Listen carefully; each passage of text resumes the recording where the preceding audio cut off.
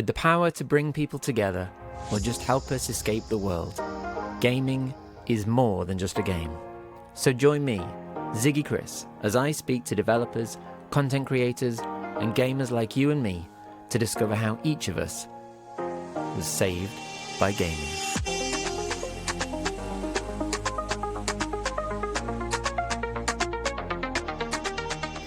Welcome in everyone to Saved by Gaming. As always, it's me, Ziggy Chris, and with me today is one of my personal friends, because I do, believe it or not, have friends out there somewhere in the wild, virtual and not. This is a real one.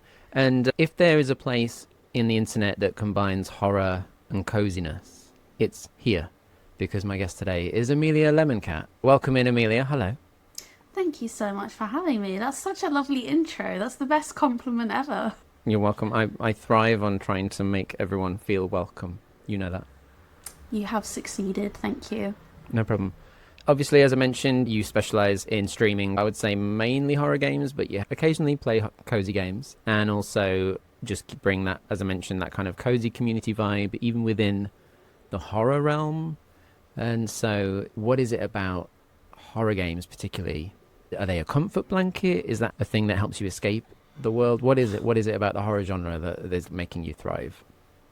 Oh, that's a big question. I feel like horror has always been a comforting thing to me. I mean, as you can see from the background, I love everything horror. I love everything Halloween, and I think there's so many reasons why I love it, but I think a big part of it is that there is a comfort in it. There is a coziness and that when you start watching horror films and start doing Halloween stuff when you're a kid, there's that feeling of wrapping in a blanket and getting spooked out that I always loved. But as an adult, I think I started appreciating it even more.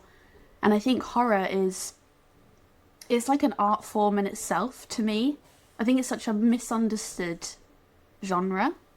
I think a lot of people have expectations of horror that aren't always met. But when you're in the world of horror appreciation, that kind of stuff doesn't really matter. There's so much more to appreciate about it than jump scares and all that kind of stuff. I think one of the main things I love about horror is you can look at horror from any point in history and you can see so much about what human mindset was at that point.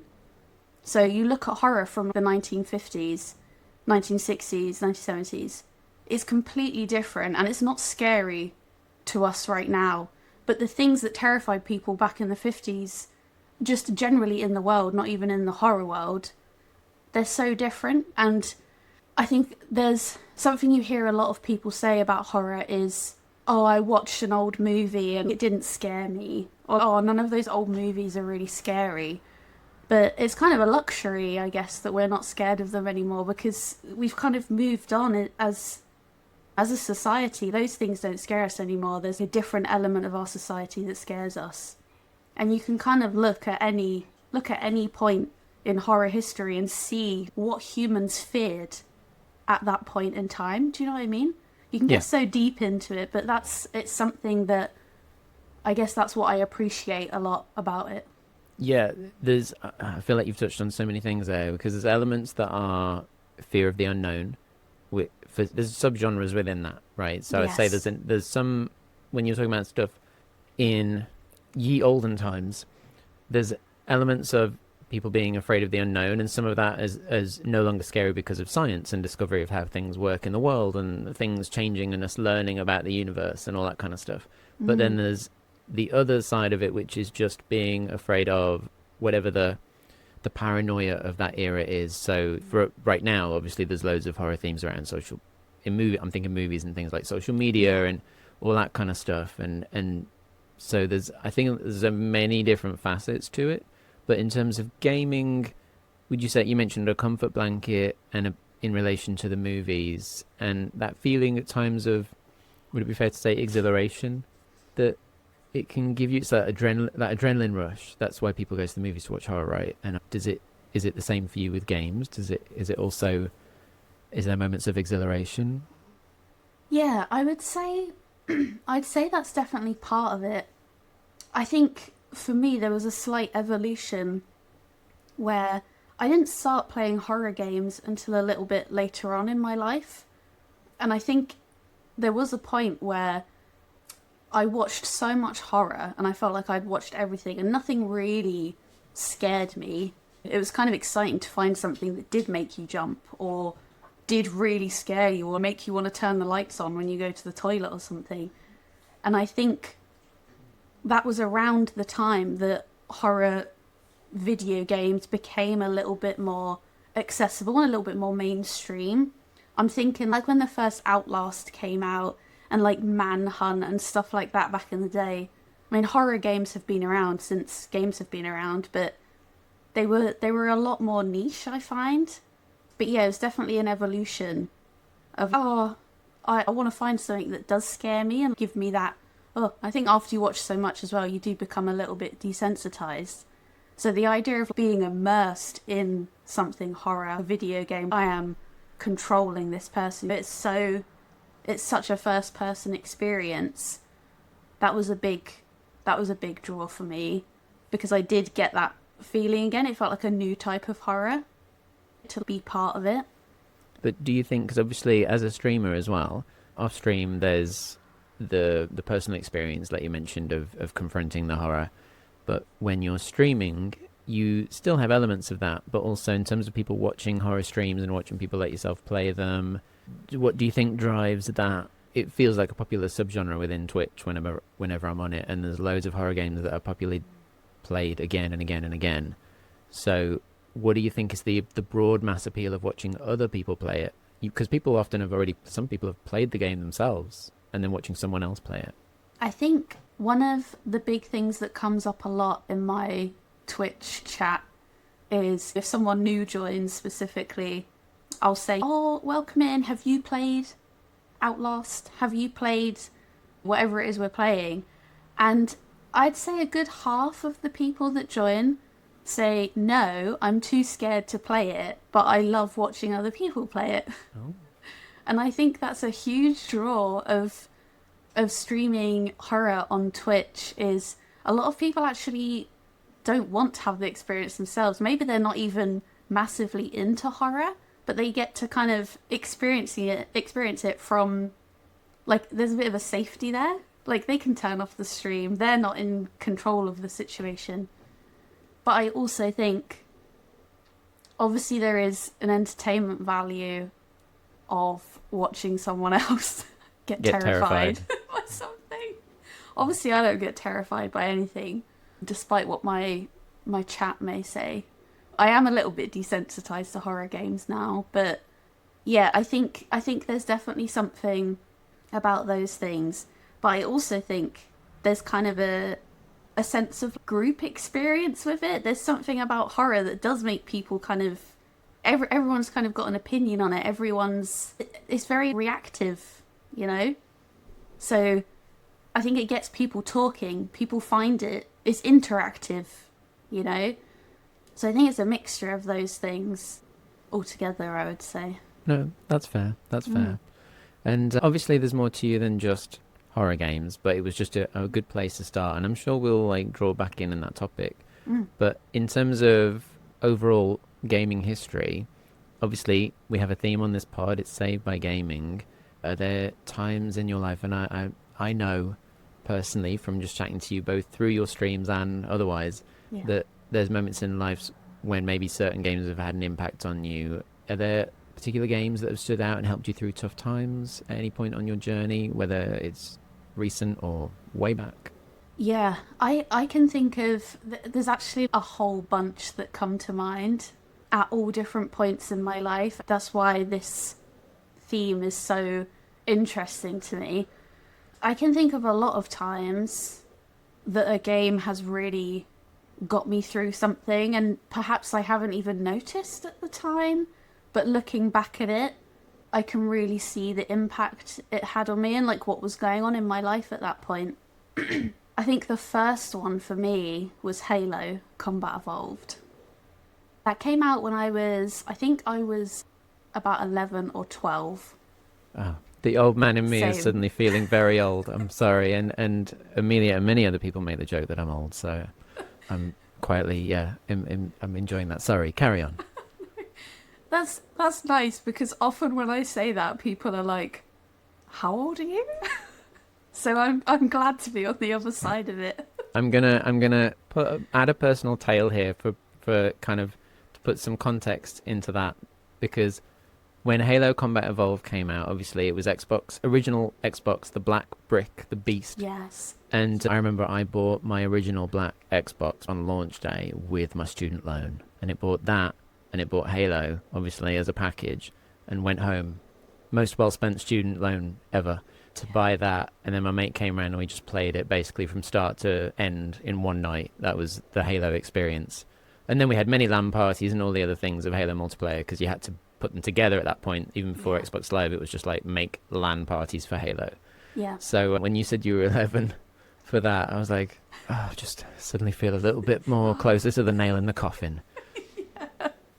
Yeah, I was 11 too. Yeah. Yeah, it was such a new experience and we just became obsessed. And we played that game to death. And it was before the time of really knowing what's possible with games. It's, if I run this far, how far can I go? And can I jump to that thing? Can I get in a banshee? Can we shoot that thing out the sky? All those kind of things. There's such a magic to that. And yeah, it became something that me and my best friend would do every weekend. That game kind of stayed with me for years, and that was kind of a period in my life where there was a lot of other stuff going on. And I don't think I really realised at the time, but looking back at it, I think that is one of the real things that kind of started that comfort feeling of like immersion into a whole other world, so much more than watching a movie or reading a book, in my opinion. Like really being immersed in another world and challenging yourself and doing something with your friend. That was one of the first times I remember really locking into something, and in hindsight that game got me through a pretty tough time. There was a lot going on, as a lot of people as a young teenager experience. There's quite a few after that. One of the most recent examples, which is one that I spoke to you about a little while ago, and the one that comes to mind the most is Stardew Valley. Right. Hmm. Yeah, which is a little bit different to my usual gameplay. I'm not much of a cozy farming sim type of person, but I picked up Stardew Valley in the midst of, to be frank, a very depressive episode. It was a very, very difficult time in my life. I've struggled with mental health stuff for a long time, but up until that point in my life, I don't think I'd ever really experienced like real depression. You know, there was a lot of stuff going on, and I think it sounds, well, it doesn't sound crazy because I'm talking to the perfect audience for it, but having a feeling of like having a reason to get up, having a reason to get out of bed, you know, like, oh, I need to go to the mines today, Yeah. you know, like, I oh, need I'm to really, water my crops. yeah, oh, I need to upgrade the barn, you know. I think finding that game at that point in my life was just so perfect because something about it just gave me this sense of almost like responsibility, which I think when you are struggling with depression or like other mental health issues, I think a big thing that you can struggle with is like, why? You know, with lots of things, like, why? Why keep going on? Why do I need to be doing this? Why do I feel this way? Like, what's the point in a lot of stuff? And honestly, Stardew Valley just gave me a reason. Just, you know? I mean, that's awesome. And obviously, you mentioned you're in the right place. So, and with anyone who comes on the show, as much or as little as you want to share about the stuff you're referencing is absolutely fine. But like you say, everyone's got their own demons, everyone's got their own things that they're dealing with, and that's a big part of what this show is about, is the healing power of games, whether it's the escapism or the community or whatever it is. And so with something like Stardew, though, I know you can connect with other people, but for the most part, it's a solo experience. Do you think is that, as well as the responsibility? Do you think that was a benefit at the time? Because obviously, there's a difference between, I say, community games and games like that. I mean, did that make any difference for you? Yeah, I think so. I am very lucky. I have a really, really great support network around me that I am just beyond grateful for. But I think there are some things you have to go through alone. You know, I think whether it's by choice or by want to do that, I think some things you kind of have to work through on your own. And because of the things that were going on in my life, I didn't really want to reach out to anyone. I didn't want to get online with my friends. You know, I didn't want to take up space anywhere. I didn't want to take up space in someone else's life or take up their time, you know, which I think, again, is such a huge part of experiencing something like that. So you are right, having that kind of solo experience, you know, sitting at your desk in your bedroom in the dark, having that just real locked in immersion, giving you somewhere to like escape to for a while, just on your own, to give yourself that break from being, you know, alone in your brain, which is sometimes, you know, a horrible place to be, but also not wanting to share the experience with someone else necessarily. I think the solo aspect of it really was, yeah, a huge part of it for me. Yeah. Yeah, I was partly curious on that as well, because I know it always amazes me because everyone's so different, especially about being alone with their thoughts, because I have no inner monologue. So for me, it was more about the community when I was going through similar experiences, to be able to just connect with people and talk, like physically be able to talk to people, because there's no monologue to discuss it with myself. So it has to come out verbally. So there needs to be an expression. So all you guys out there, this is just a ramble, because I'm sure there's many people like me and many people like Amelia in different ways who have, some of you are going crazy in your heads and some of you are just like, there's nothing here. And so we all have these different games, and it's fine, or, you know, movies, games, whatever it is, to have an outlet or a distraction. Yeah. Preach over. And so Love it. you're welcome. So Stardew was a savior at a tough time. Mm-hmm. In an earlier experience, because, you know, the teenage years are bad enough, but I can only imagine as well as a teenage girl that it's possibly, you know, even more confusing than my own teenage years. And so Halo was a savior at that point in time. Mm. But do you think, have you thought about how things might have played out differently without those games at certain points? Do you think things would have been different without them? 100%, yeah. I have seen evidences of that at later points in life. I've got quite an addictive personality, and I've had issues with that over the years. I'm now 5.5 years sober, which I'm very proud of. But there was a period in my life where I didn't play video games at all, for various reasons. It was one of the most difficult points in my life, I would say. Not because I didn't have video games, but I think, yeah, it was such a difficult time that I don't think I really knew where to turn at that point. And that was around the age of like 16 to 18. There was like a couple years where I didn't have my best friend around me that I played a lot of games with. I didn't have any other friends who played video games, really. When I was growing up, I didn't really know anyone who had the same interests as me. All of my friends were wonderful people, but in terms of interests, we were all quite different. So I guess you sort of just fall out of those hobbies, right? When your friends don't always do them. And it's something that I have definitely used to cope in a healthy way at certain points in my life.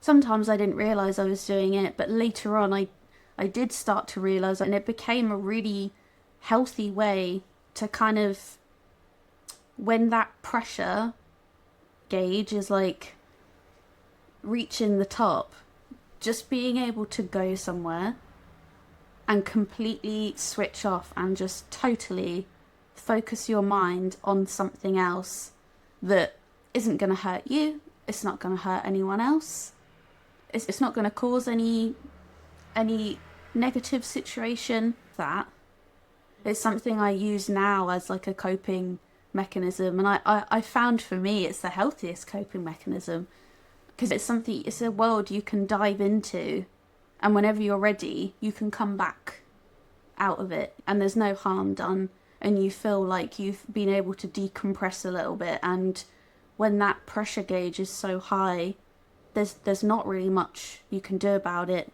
When your brain works a certain way, you kind of feel like, if I don't do something right now to snap out of it, it's just gonna blow. So yeah, I like to say it's my healthiest addiction that I've had to date. I'm confident to say that. And yeah, that thought now, the realization of that, does make me look back and think about all those times when I was younger, like, wow, what would I have done if I didn't spend 10 hours that weekend or that day?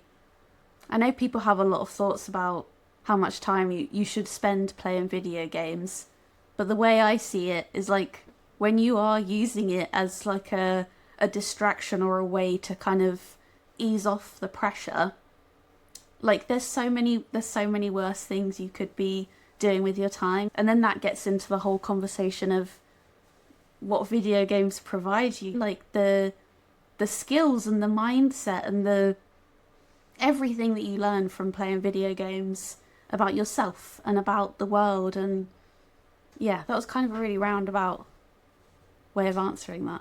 No, it made perfect sense. Okay, And I good. think because we speak to people on the show from not just video games but tabletop games and things like that, and whether I think you're playing a computer game or whether you're playing D&D, for example, it's a similar thing, because it's still, there's so many things you can take from it in terms of coping mechanisms, in terms of strategy and problem solving and creativity and all those other things that come from it. And like you say, there's far worse and many more addictive things that could be done, and things that you could be damaging your body with in terms of the money you could spend on it. So I think it's one of the better ends of the spectrum to be at. Mm. Yes, and just to be clear, you do at some point have to tackle the problems head on. You can't just bury your head in video games forever. But when you are in a situation where it does feel like, I don't know what to do right now, I don't know what to do with my hands, I don't know what to do with my brain, whilst you're working through on the outside all of those issues, I think it is so good to have that immediate, thing to turn to. Yeah, of course. You always have to eventually you do have to keep dealing with the outside world, but Yeah. like any hobby or passion, it's just nice to have those distractions, those Yeah. outlets for your brain.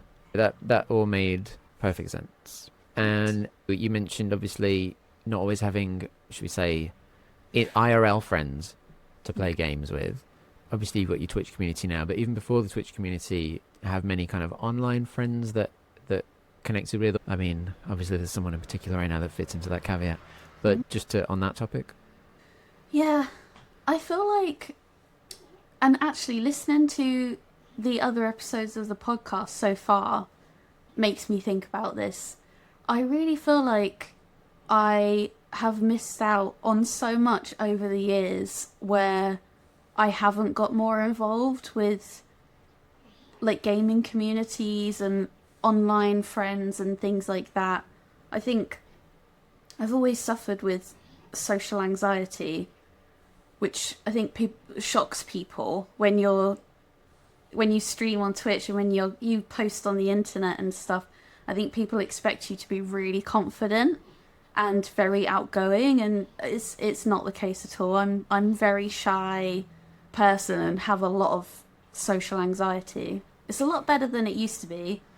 I'm working on it, but I feel like when I hear about how many other people found that sort of like acceptance in like a gaming community or a community of people that have like really similar interests to them, I think that really feels like something I missed out on. And I think for me, it's probably because when I was younger, because no one around me liked the same kind of things as me. No one was into anime, no one was into gaming, no one was into like heavy music. They were, but they were kind of like, a lot of people were mocked for that when I was in school, you know? Especially in my hometown, those just weren't the things that were popular.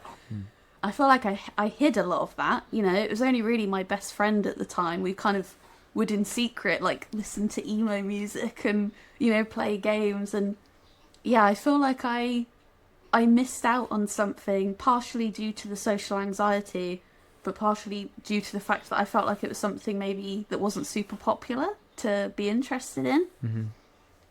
And that is something that I didn't expect to come out of streaming on Twitch or even posting online in general. A lot of my Instagram content and TikTok content over the years, as I've sort of naturally grown those accounts, there is a little bit of gaming in there, but not a lot. It's kind of a mix of stuff. So it was only really when I started streaming on Twitch that I got to talk to people all the time about video games. And I've honestly never really had that before. I've always had one close friend that I'll play a game with regularly, or like when I met you, Ta-da. that period of time was just when we were playing Overwatch together in our little group. It was just one of my fondest memories. I was thinking about it earlier because I was thinking about talking to you this evening, and it just little things like hanging out with people and sharing that experience with each other and working as a team and chatting in between things and getting to know each other. But it's also relaxed because you're playing a game. There's something for you to be doing while you're talking and getting to know each other, which for someone with social anxiety, that's brilliant. It's like there's not loads of pressure on you to just sit and talk like face to face, like an interview or something like this. Yeah, yeah. You know, having that kind of buffer. Or even a guardian angel. Even a guardian, the best guardian angel, still to this day. No one comes close. Thanks. Hands down. I am a mercy diva, just telling everyone out there. Yeah. Very, very good. But yeah, and people come and go from your life, and maybe you don't talk to some people all the time, or you stop playing a game for a while, and you sort of lose touch with people a bit. But yeah, I feel like it's only the last few years really where I feel like I've found a gaming community online through Twitch. I could just talk for hours about how incredible Twitch is for community building and the importance of online gaming communities, which I'm sure we will talk about. Yeah, so before we touch on that, you mentioned about how, you know, one of the joys of playing, for example, Overwatch together was being able to, is kind of connecting people without the pressure of just I don't know, I've got to make conversation now, because you are in the midst of doing things and it just comes up through doing stuff together, because you've got a joint venture, and then through that becomes other discourse. Whatever the game is, or the passion is, or the hobby is, because it's not just gaming, but obviously other things do it, but this is about gaming. It's the way it can bring communities together, whatever the connectivity. And so with that being said, you mentioned Twitch community and that it's great for bringing people together. So in terms of your own community and the stuff that we've mentioned, have any of your viewers or community shared things with you in terms of just the benefits of hanging out in your chat, or just being together in your tribe, or anything like that? Yeah, I didn't really know what I was doing when I first started Twitch streaming. I play games, I might as well like do something else with it. Why not? And it is now for me all about the community that I've built. I just don't really care about anything else, you know. I don't care what game I'm playing. I don't care what we're talking about. It's really all about the community. And I just didn't expect that to be an outcome of it and for it to be the reason that I want to keep doing it. And I have had a lot of incredible feedback from my community, either publicly or privately, about what the what the space has provided for them. And I've always wanted to provide that for people. I love to provide a safe space for my friends, my family, someone to kind of just, you know, hold space for someone to feel how they need to feel and feel supported and heard and cared about. And I just never considered you could do that this way. And when I say my community as well, I kind of mean there's a bigger community, you know, like you're part of it now. Your stream is part of the same community, and I've met other streamers, and you share followers, you share viewers, and you know, you kind of, it all kind of interlinks into one big community. So it's not just even about my channel necessarily. I think, myself included, there's a lot of people who sometimes don't really know where they're meant to fit in for whatever reason. There's so many reasons why people feel like that, and some of them are very obvious and some of them aren't.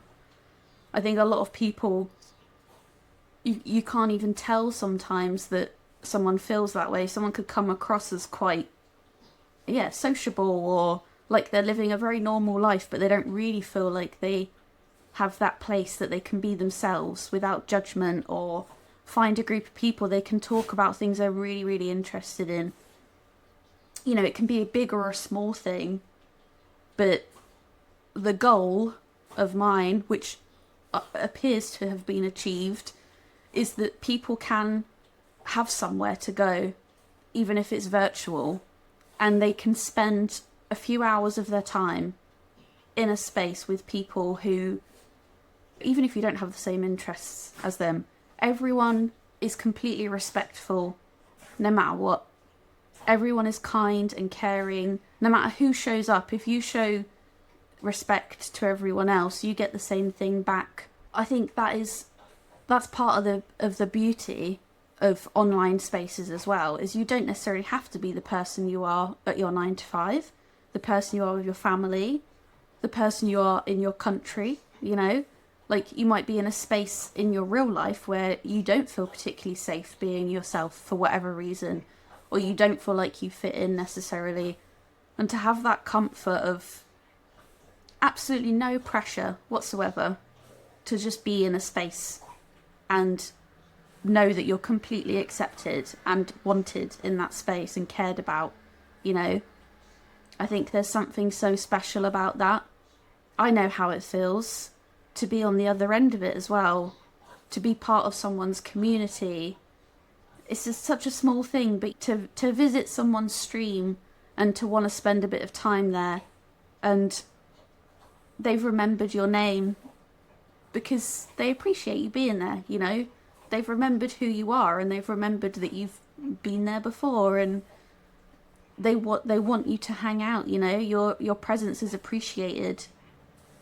I think that is just so powerful. And yeah, not everyone has that in their personal life. But yeah, it's always touching to me when people come in, like you say, to whether it's via the stream itself or in a Discord or something, and express appreciation for just a moment, you know, that you don't even realize has an impact on someone. It's really awe-inspiring. And so, on a lighter note, though, because obviously we've touched some very serious topics, so just to, you know, lift the mood, you've mentioned a bunch of games, but personally, what game would you say you've put the most hours into? Ooh. Like ever? Ever? Yeah, it doesn't have to be stream. Ever. That's a tough question, but I think probably over my entire life it might be Halo Oh. because of those years I spent. And Are we talking the franchise as a whole, sorry, or do you mean literally Halo Combat Evolved? Because that is it's the official probably title of the Combat first game. Evolved. Okay. Yeah, it's probably Combat Evolved. That's awesome. That's awesome. And my Then friend it and I was, would yeah. just, like you say, muck around with the sandbox of it, and it was just Yeah. working out the physics and being amazed that seeing like if you could get a grenade to be accurate exactly somewhere, like get the arc hundreds of feet across the level and see if you could get one particular person or something like that. Yes, All that kind of stuff. Sorry, just to digress again, but you just give me Yeah. flashback. so much fun. Perfecting your nade jumps, all that kind of stuff. Yeah, I think it might be. And I haven't played that game probably in the last maybe like 15 years. I haven't, it would be nowhere near the top of that list. But I think just from the fact that I played it so much when I was younger, I think it would still be a lot of time spent. And then I think if we could include a franchise Okay. rather than a single game, I think I know where this is going. Go for you it. can't see anything behind me right now, but I'm looking at an entire wall in front of me of just memorabilia from this franchise. Okay. The masses are waiting. It's Resident Evil. I knew it. Resident Evil. I should have written it down on a piece of paper and just You dialed should it up, have. so that I proved it. I knew it was going to be. I was waiting for it to come up in the entire conversation. If not, I was just going to force it in at some point, and we found it. We found it. Resident Evil. To be fair, me too. Like, I am always waiting at every moment of my life for someone to bring it up so I can talk about Resident Evil. So, if it was a franchise, it would be Resident Evil. I think it would be, yeah. Okay. Quick fires. Favorite Resident Evil game. 4. Okay. Worst Resident Evil game. There's only one right 6. answer. Thank heavens you got that right. Oh, God. Yeah. It's the game that killed the franchise for several years. Let's be honest. Honestly, like, I've played a lot of video games, okay? And I like to be very open-minded and accept everyone's thoughts. I love discussing, like, people's thoughts about games that I don't like, whatever. But I just think, objectively, that game is just one of the worst games ever made. Yep. I It's so bad. I've It's- still not to this day. I've still not finished it. I refuse to finish it because I put a few hours into the beginning and I was like, no, this is atrocious. And that was when it first came out, and I have never gone back, and I will never go back. There was only one right answer to that question, and if you hadn't answered correctly, I would have just stopped the recording right Just then. and hang there. up. Yeah, job done, and friendship over. Yeah. And so we've got clear, honest answers on that, people. If you thought any of it wasn't real, this proves that the whole thing is real. yeah. So comfort game after a long day. Right now, Mm-hmm. it's 7 Days to Die. That's your comfort game after a long day. I suppose I am. Yes. Yeah. Okay. Perfect. Yes. Mostly because the thing that I love about zombie horror is the fact that it's not about the zombies, right? We all kind of know that now. It's like it's about the people, and it's about the world after something huge has happened. It's not really about the zombies. And I feel like this is one of the few games that has just absolutely nailed that. Obviously, it's set in a zombie apocalypse, but you could, if you wanted to, spend 90% of the game having nothing to do with any zombies.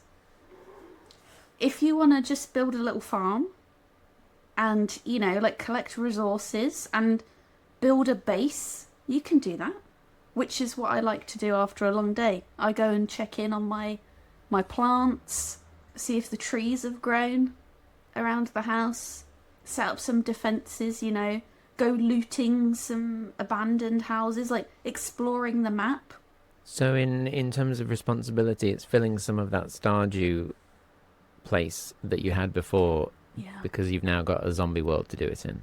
Yeah. Yeah. And earlier on I said I wasn't really like a farming sim kind of gal.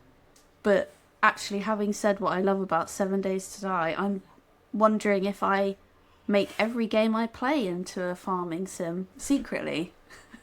There you go. This Twitch channel is changing soon. You heard it first. Yeah. And so if we can give you a doctor's certificate for a moment, what's your gaming prescription for people that need a game to get them through tough times? I think I'm trying to think objectively about it, but I do think that Stardew might be my top pick. Mm-hmm. And I think part of that is because before I started playing that game, I really did think it was like, do you remember Farmville on Facebook back in the day? Unfortunately, yes, I do. Yeah. I thought it was kind of like that, and I thought that's a nice idea, but how much can you do? And then when you start playing the game, you realise, right? Like, oh, there's so much going on. If you wanna, like fight and make weapons and focus on combat, you can do that. If you want to work on like character building and like exploring, all the people that you can meet and all the kind of little cutscenes that you can get involved in, you can do that. If you do want to focus on farming, great. If you want to build like an aesthetic area, you can do that. There's just so much you can do. I think if you want to go to capitalism and knock down an entire hall and destroy a community, you can. If you want to get rejected by people at a dance, you can. We've all had we replace real life traumas with virtual traumas. Yes. Yeah. Yes. Yeah, absolutely. Yeah, we get it. Social anxiety, if you want to experience social anxiety in a game, that's fine. You can do that. Just ask someone out without leveling up your friendship. Yeah. Make you feel real awkward real quick. And don't get me wrong, people, it is a lovely place. But yeah, if you ever come to my streams of Stardew, if I ever stream it again, you'll discover that capitalism and the Doja route is the way forward. And really? Oh yeah, I destroyed that village hall within moments. No. Yeah, I saved up money from day one and knocked it down. Oh no. Mm-hmm. That's my only playthrough as well. I haven't done anything else. That's mad. I love that though, because you can do that and you can carry on. Yeah, there really are so many options for it. Yeah. There's so many amazing games I could think of to recommend, but I feel if you sat 100 people down to play a game and gave them maybe 3 to 4 hours, I feel like that would be one of the ones that would come out where most people would be like, yeah, I enjoyed that. I got involved. Yeah, well, I was just thinking I'm going to have to because I asked this question to people a lot more recently. I'm going to have to start tracking it, and we can keep a tally on the Discord or something of which games get mentioned the most, like a chart. And then we will have discovered the most healing games out there. We can make like a top 5 or something. Yeah. Just I love that. Brainstorming the podcast as we move forward. Yeah. Okay. As you can tell, we're going into the warm, fuzzy stuff. So, if you could live inside any game world for a week, which would you pick and why? I feel like possibly Resident Evil. Oh, it's quite a depressing world, though, isn't it? Resident Evil 4. Mm-hmm. I'm not sure if I want to live in the village. Yeah, it's traumatic. It's quite true. It's a dark place, isn't it? Yeah. It's one of the things I love about that game. It's so... You step away from it and you just feel really like, oh, want to see something green and alive. And so it makes the real world more uplifting. It does, yeah. Okay, cool. Yeah, so we found another boost to why horrors are maybe inspiring. Absolutely. Okay. I feel like we could just talk about this topic for hours and hours, but I think if I was speaking to my younger self, which I think is something I think about a lot, my advice to my younger self and any of those people would be to follow the things you're passionate about and do not care about whether it's cool or whether your friends like the same thing. Follow stuff that you're passionate about. If you're interested in something and you love it and you want to talk about it, find people who want to talk about it with you. There's so many communities out there that you can be part of.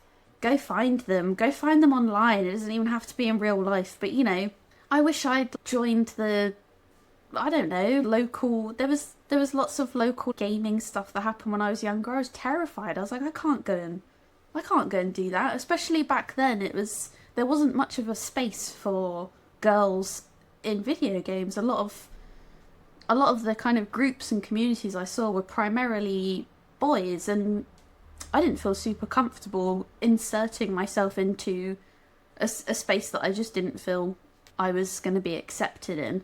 So yeah, put yourself out there, even if it's online. Find your people, find your friends. There's a million people out there. Indeed.